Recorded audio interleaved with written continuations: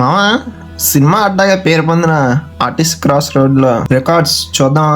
మీ హీరోకి RTC cross road record ఉందా? Super star Mahesh Babu గారు నటించిన గుంటూరు కారం ఆల్ టైమ్ రికార్డ్ ని సొంతం చేసుకుందామా? అదేంటంటే మహేష్ బాబు గారు కంచుకోటగా భావించిన హైదరాబాద్ లో ఆర్టిస్ట్ క్రాస్ రోడ్ లో ఉన్న సుదర్శన్ 35mm థియేటర్ లో అత్యంత వేగంగా 17 రోజుల్లో 1 కోటి గ్రాస్ కలెక్షన్ వసూలు చేసి గుంటూరు కారం ఆల్ టైమ్ రికార్డుని పెట్టింది.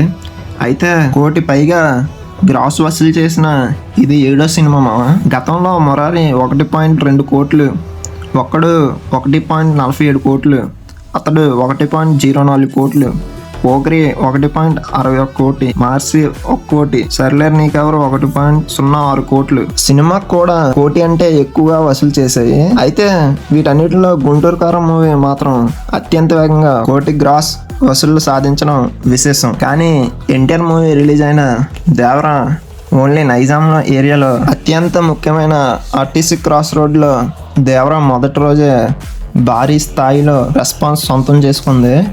తుది వారంలో ఈ మూవీ ఏకంగా 1.17 కోట్లు గ్రాస్ని వసూలు చేసి సత్తా చాటుకుంది. ఈ క్రమంలో గుంటూరు కారం మూవీ పేరిట ఉన్న 86.85 లక్షల రికార్డుని ఇది బ్రేక్ చేసి ఆల్ టైమ్ మూవీగా ఘనత సొంతం చేసుకుందామా? అయితే ఇప్పుడు ఆర్టీసీ క్రాస్ రోడ్లో దేవరా మూవీ అయితే 1 కోటి రూపాయలతో మొదటి స్థానంలో ఉందమా. 2వ స్థానంలో గుంటూరు కారం 86.85 లక్షలతో ఉందమా.